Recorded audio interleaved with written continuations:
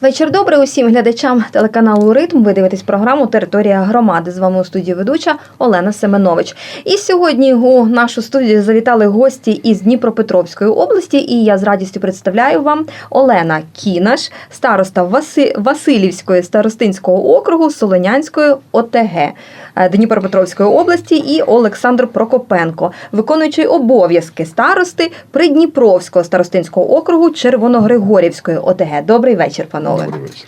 Давайте розпочнемо, власне, з того, з якою метою ви завітали у Рівне. Що робили, пані Олена? Почнемо з вас. Сьогодні 2 дні ми працюємо зі старостами Рівненської області, ділимося своїми напрацюваннями, їхній досвід чуємо, наш досвід розказуємо, як це. У нас 2 дні конференція.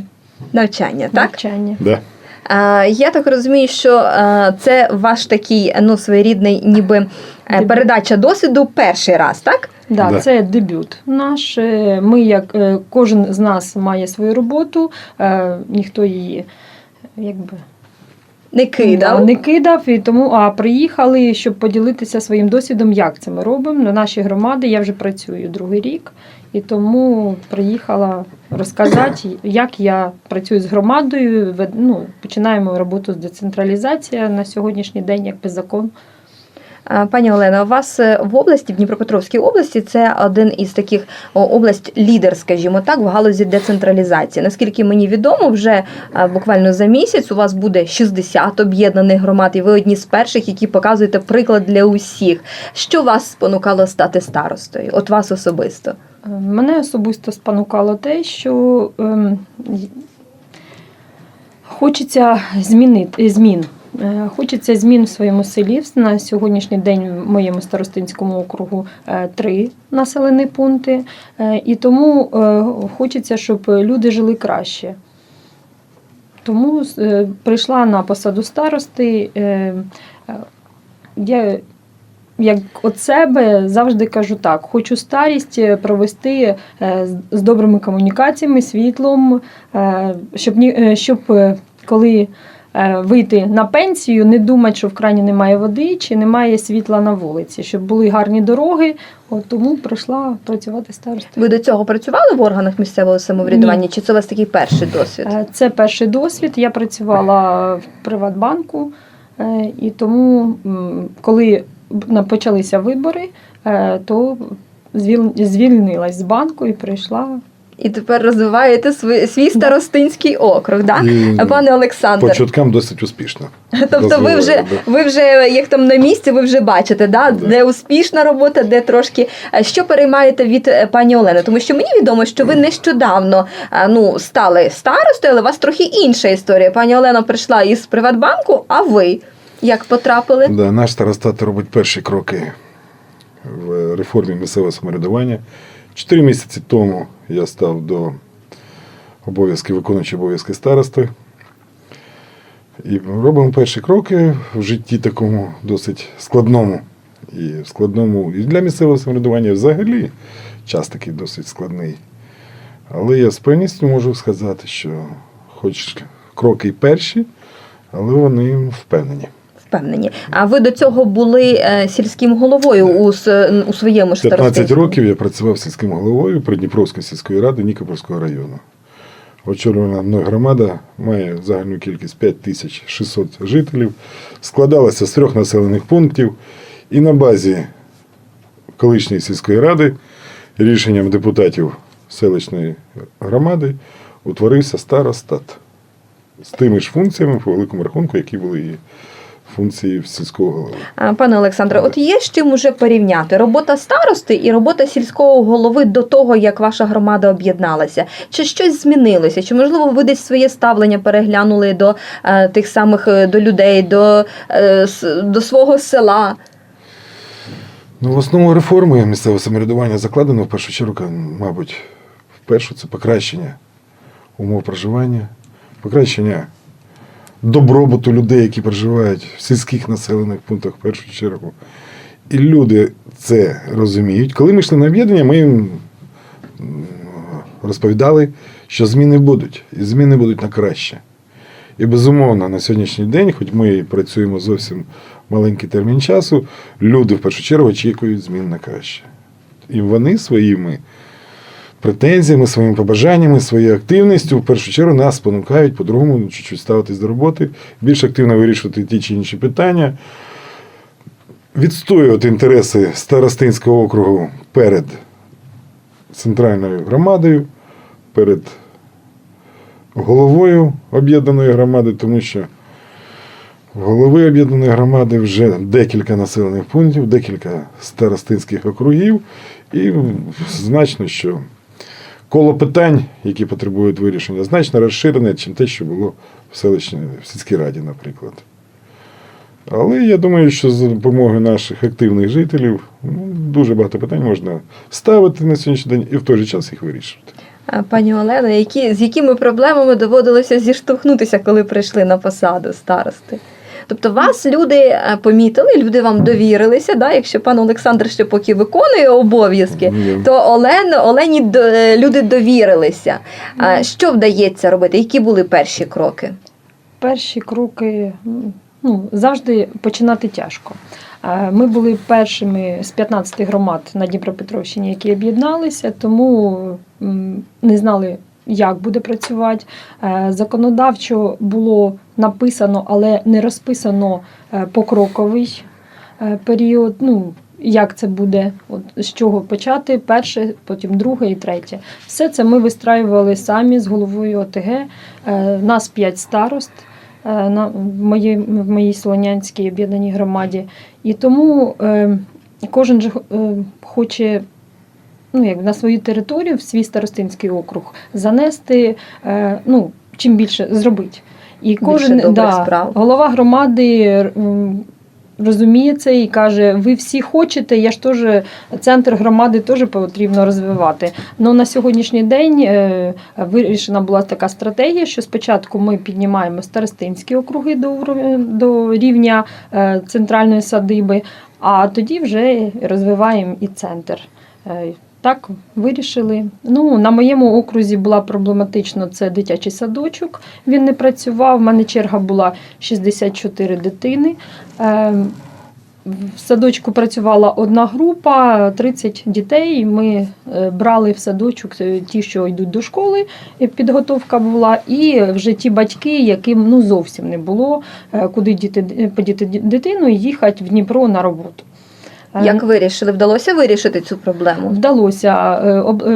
Через обласну адміністрацію ми виграли ремонт дитячого садочку і восени запустили цей, тепер у нас працює 2 групи, в садочку 50 дітей, всі задоволені.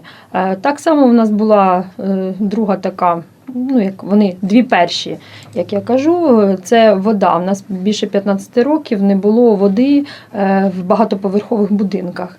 Її давали ввечері і вранці по 2,5 години. На сьогоднішній день ми зробили проєкт, поклали 3 кілометри нового водогону і коли люди кажуть, вранці встають і каже, проспала, води немає. Каже, я з ужасом, дрожащими руками відкриваю кран, а там вода тече. Вона каже, я досі не можу в це повірити, що 15 років не було і тут є вода. Все це завдяки децентралізації, завдяки тому, що ми об'єдналися, в нас з'явились кошти, ми змогли дати людям навіть таке, як 21 століття, а у нас проблема з водою. І від міста Дніпра і річки Дніпро ми всього 14 кілометрів. Взагалі поруч, так? Але такі проблеми були у людей. А про що говорили, власне, зі старостами у Рівненській області? Як багато їх завітало на таку зустріч, на такий освітній і обмін досвідом тренінг?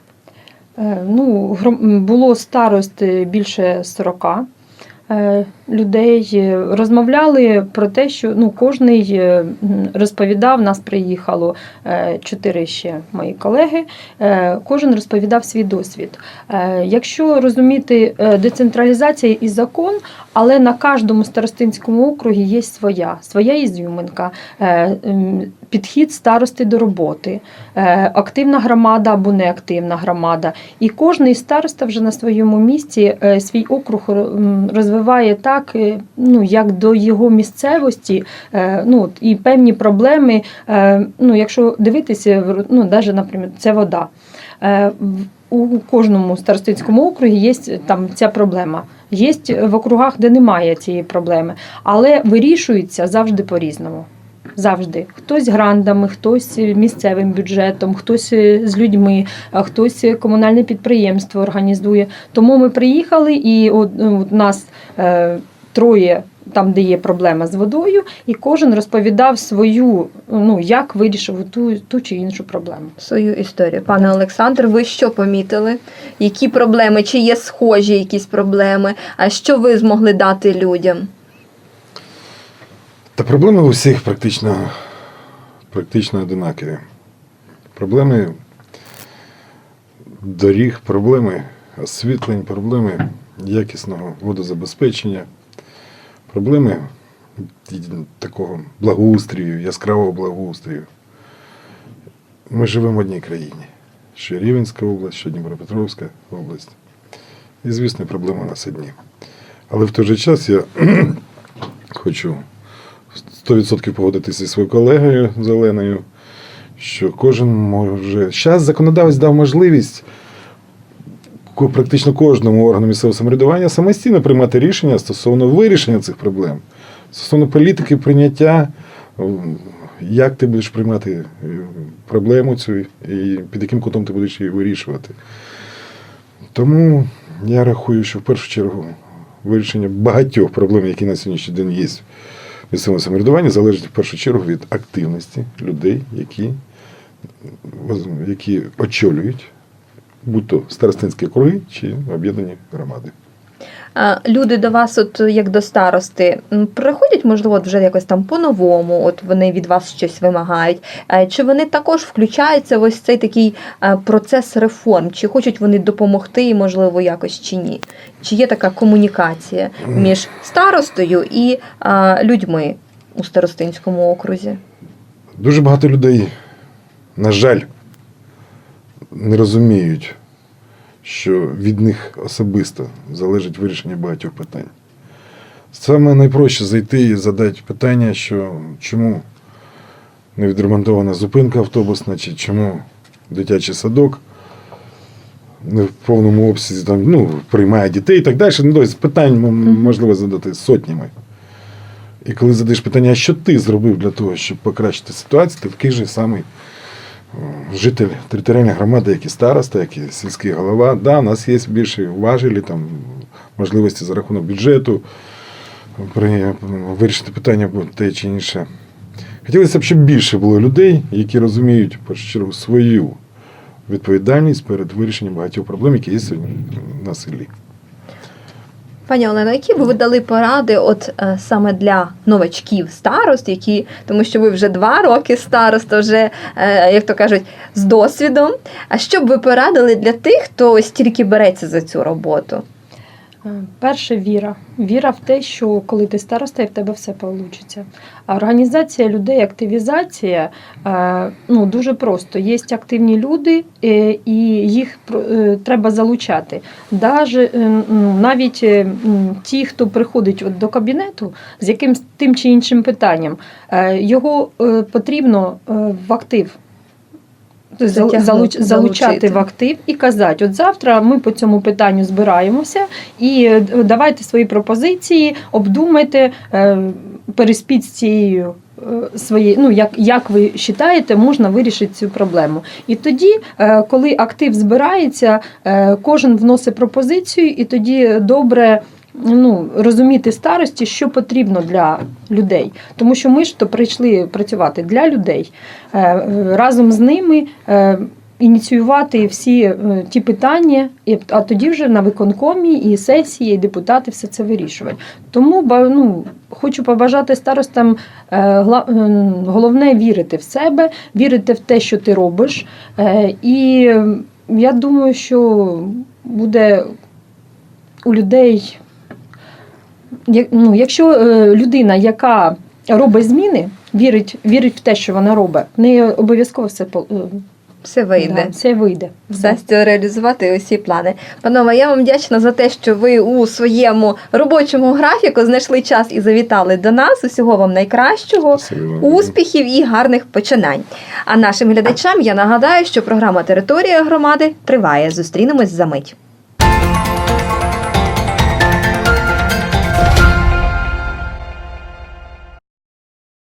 Асоціація міст України організувала навчальну поїздку «Маршрути успіху» з обміну досвідом у Волинську область до Княгининівської громади. Учасники зустрілися з головою громади Оленою Твердохліб. Вона розповіла, чим унікальна Княгининівська громада і яка розташована неподалік Луцька.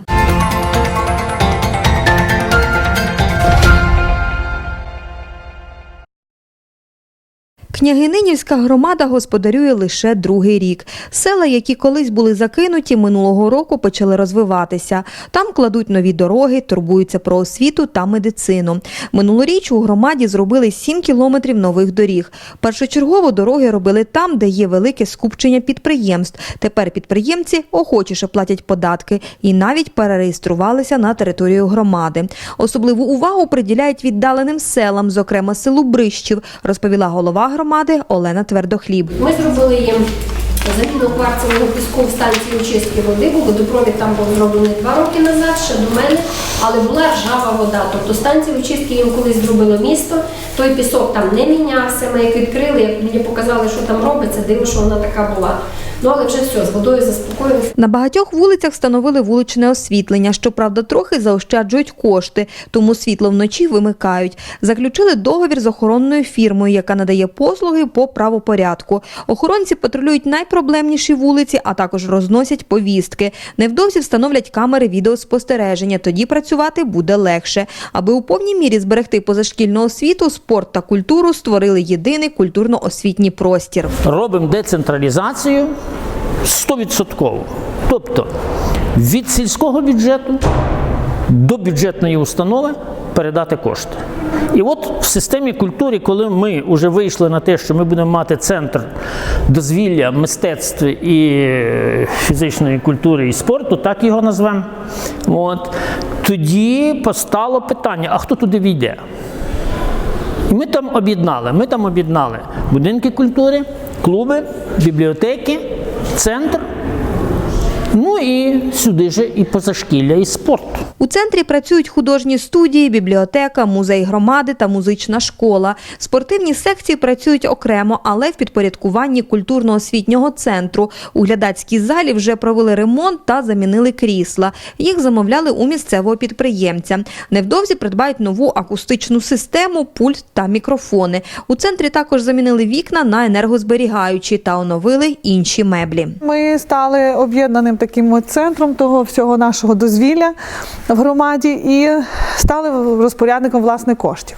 Зокрема, це великий плюс є в тому, що ми почали безпосередньо витрачати кошти на те, що необхідно нам і те, що знає кожен працівник кожного клубу. Вони приходять безпосередньо до мене і кажуть, там у нас ринвову систему треба замінити, там у нас там потекла така ситуація, а у нас там сталася така. І тобто кожен працівник клубу, знаючи свою господарську відповідну діяльність або якісь потреби в проведенні заходів, він абсолютно може сам собі формувати такий міні-бюджет, узгоджувати його з центром, і тоді ми далі нікуди не йдемо.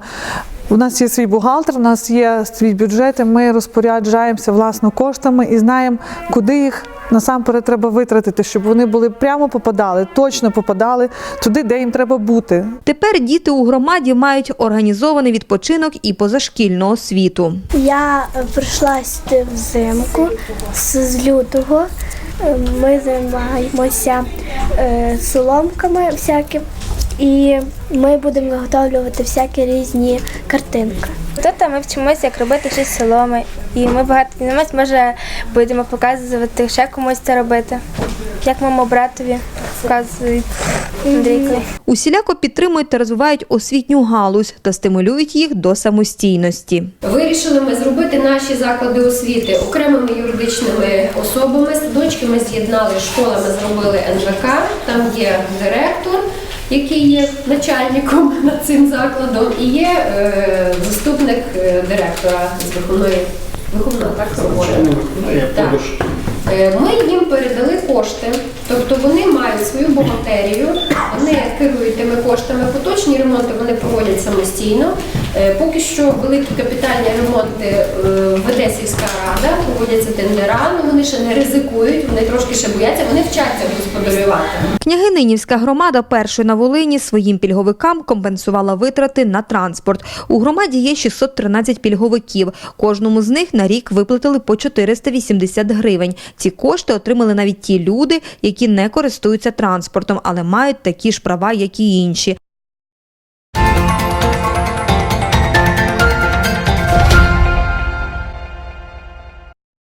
І далі нашу програму продовжує рубрика «Новини реформ».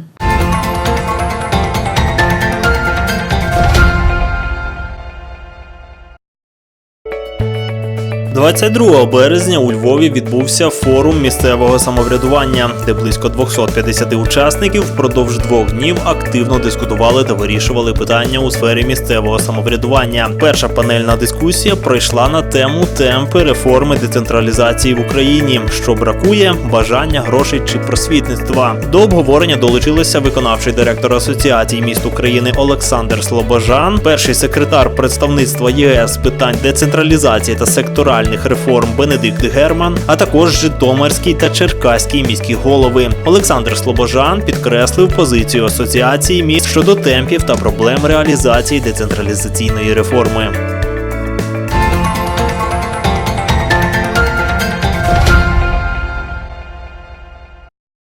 Нагадаю, що саме такою була програма «Територія громади». Не перемикайте, ми обов'язково зустрінемося на телеканалі «Ритм».